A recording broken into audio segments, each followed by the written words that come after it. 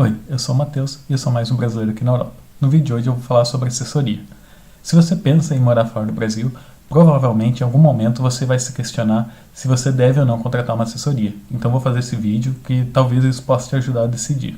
Eu vim para Portugal com visto de estudos e eu fiz no auge da pandemia, então estava bem complicado.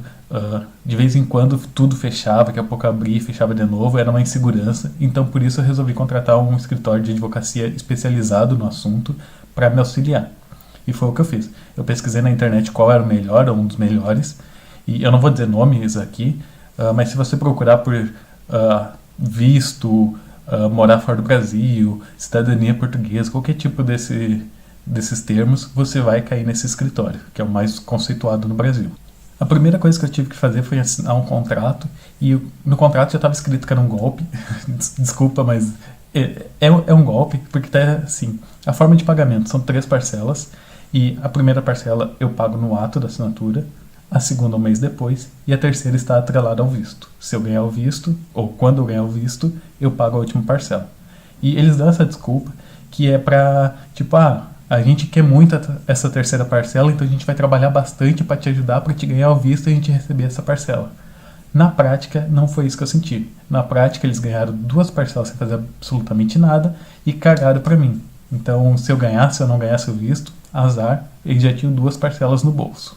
A primeira coisa que eles fizeram foi me enviar uma lista de documentos, que não é nada demais. Tem no VFS Global, que é o responsável por emitir os vistos aqui do Brasil.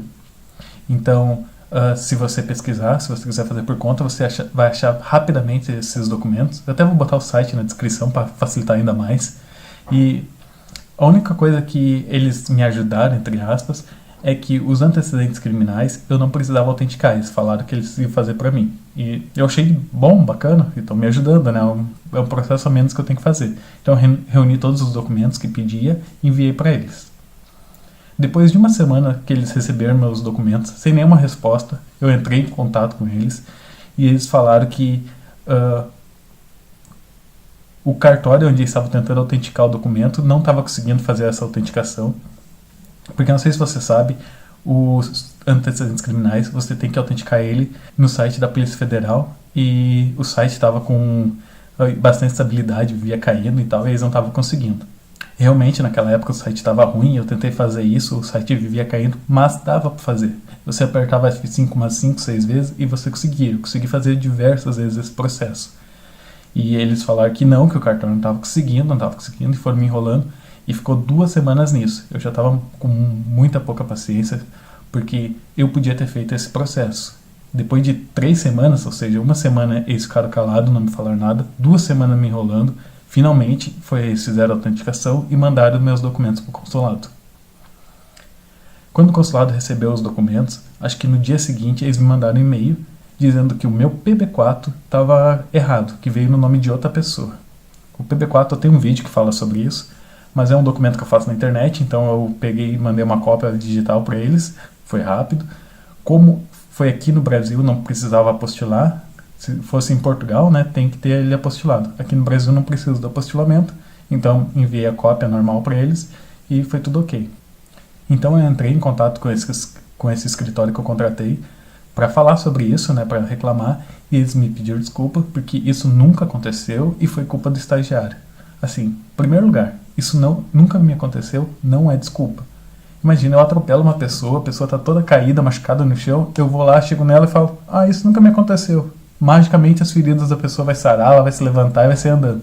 Não, eu não quero saber se já aconteceu antes ou não. Eu contratei um serviço, paguei muito caro, para falar a verdade, e isso não é uma desculpa. Segundo, botar a culpa no estagiário é uma falta de profissionalismo enorme, tá? Eu sei que estagiário tem esse estigma de que só faz merda, assim, e não é culpa do cara, ele tá aprendendo, ele é novo, às vezes é o primeiro emprego dele, o primeiro emprego na área, e tem o nervosismo, acaba cometendo erros, tá? Isso é normal, todo estagiário comete erros, mas eu não quero saber. Eu não contratei um estagiário, eu contratei uma empresa de advocacia conceituada.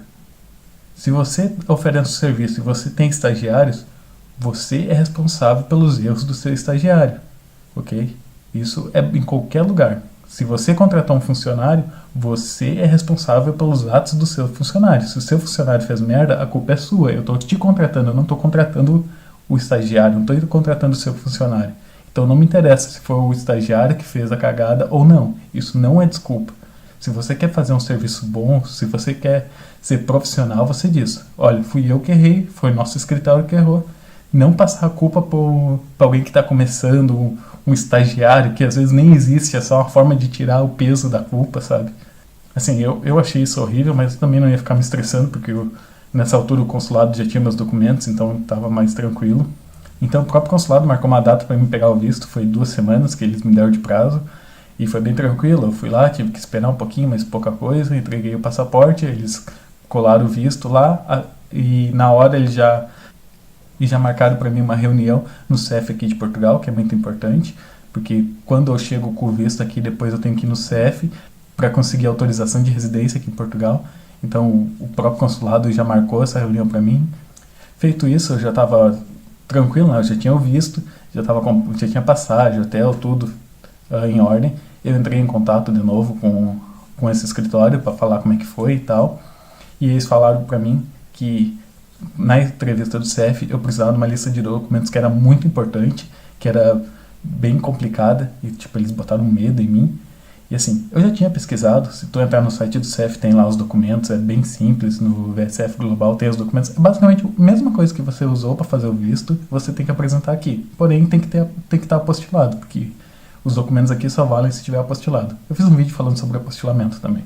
Mas eles botaram medo assim em mim, e eu fiquei preocupado, meu Deus, será que eu esqueci de alguma coisa? Por mais que eu estava correndo atrás dos documentos, eu fiquei com esse medo, e daí eu comecei a pedir os documentos. Eu mandei um e-mail para lá e eles falaram que como o meu processo acabou no Brasil, agora ia ser o processo de Portugal, então ia ser um outro advogado que ia cuidar do meu caso, e eles estavam escolhendo qual é o melhor advogado e tal. Uma semana depois, nenhuma resposta.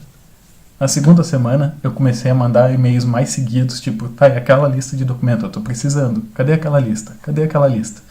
E eles sempre me enrolando, eu comecei a mandar e-mail todo dia. Depois de um mês mandando todo dia um e-mail, faltava um dia para minha viagem, eu tava muito puto, porque eu tava muito preocupado. Eu viajo amanhã e eu ainda não sei que os documentos eu tenho que levar. Eu já tinha feito a pesquisa, assim, eu já tinha feito quase tudo, mas eu tava preocupado, porque eles falaram que era um negócio assim, eles me botaram uma preocupação que eu não precisava, sabe? Então finalmente eu recebi o e-mail, o abençoado e-mail, que nada mais é do que e-mail padrão que eles têm, que já estava salvo lá, que era só me enviar. Era 10 segundos para me enviar o e-mail. E eles demoraram um mês. E assim, o e-mail dizia os documentos lá, que eram todos os documentos que eu já tinha feito, não tinha nada demais, nada de outro mundo, tá? E por último, assim, pediu meus antecedentes criminais e falava assim, um conselho, deixe os antecedentes criminais fazer por último, porque antecedentes criminais têm uma validade de 90 dias. Então é aconselhável deixar por último. Como era um e-mail que já tinha pronto, eles nem leram, sabe? E pra mim, eu viajo amanhã, como é que eu vou deixar por último, sabe? Então eu peguei, mandei um e-mail xingando eles, eu tava muito puto. Eu disse, eu tô que nem aquele vídeo da Pfizer, sabe aquele vídeo da Pfizer de enviar e-mail todo dia? Eu tô igual a esse vídeo, todo dia eu mando um e-mail pedindo. Eu contratei um serviço que não é barato, vocês demoraram um monte para fazer, fizeram merda, e agora vocês demoram um mês para me mandar uma lista de documentos que tem no site do CEF, um documento automático, um documento que estava pronto, que era só me enviar um mês para alguém me enviar um e-mail. É muita palhaçada. Então eles falaram que eu devia manter uma cordialidade na nossa conversa. Olha só, depois de tudo que eles fizeram, eu precisava manter uma cordialidade, né? Ok, beleza. Eu não quis reclamar, também não ia me estressar, já estava tudo pronto. E daí eles mandaram em seguida um outro e-mail dizendo que se eu quisesse alguma ajuda em Portugal, eu podia contratar. E eu fiquei curioso e tal, perguntei que serviços vocês estão me oferecendo. Eles me ofereceram para fazer o NIF para mim. E daí eu precisava de alguns documentos e pagar 150 euros. Cara, assim, o NIF tu faz de graça, ok? Tu não paga nada. Você demora uns 10 minutos para fazer nas finanças. Você passa mais tempo dentro do metro para ir até lá, ou dentro do Uber, sei lá o que seja, para ir até as finanças, do que fazendo papel. É muito simples, qualquer um consegue fazer. E assim, se você tem visto, é muito simples mesmo, porque você não precisa de absolutamente nada, é só comprovante de residência e passaporte. Apenas isso. Se você não tem visto, você precisa que um português assine para você. Mas também é muito simples, sabe? É só se você conhece algum português, alguma coisa assim, e a pessoa assina para você. Nesse caso, eu até acho interessante você, tipo, pagar alguém, tipo, o cara vai sair da casa dele, se deslocar, vai ter o trabalho de ir até lá as finanças assinar pra você. Eu acho bacana você ajudar o cara, pagar sei lá, um almoço pro cara, transporte, dar esse auxílio. Agora, 150 euros, isso é, sei lá, quase R$ 1.000, é quase R$ 1.000 no Brasil, pra um documento que você faz de graça. E depois de tudo que eles fizeram por mim, tipo, eles podiam ter pelo menos, assim, sei lá, me oferecido serviço como cortesia, pedir desculpa pelas cagadas que fizeram. Mas não.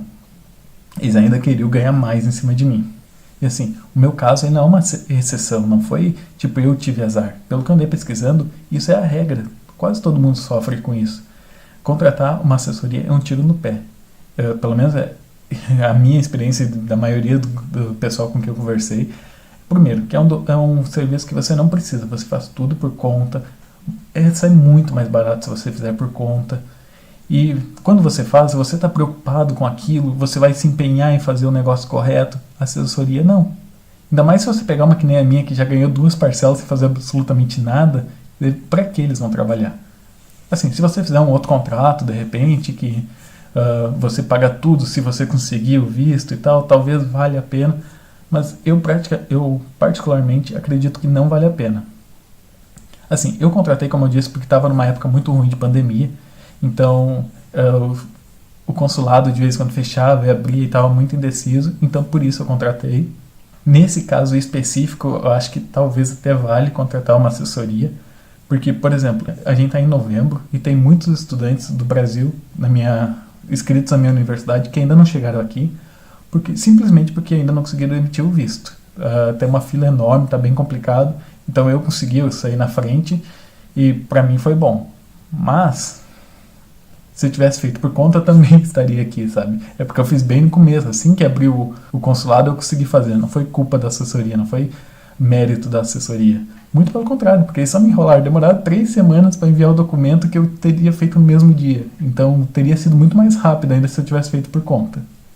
Assim, se você tem capacidade de fazer algum documento por conta, você fez, sei lá, carteira de trabalho, carteira de identidade, carteira de motorista, qualquer coisa por conta, e eu não estou dizendo assim que você tem que saber tudo, você pode pesquisar na internet e tal para saber o passo a passo, mas se você foi por conta no lugar que tem que fazer e conseguiu emitir esses documentos, você não precisou contratar alguém para fazer isso por você, você pode fazer o visto por conta, porque é muito simples, está tudo detalhado.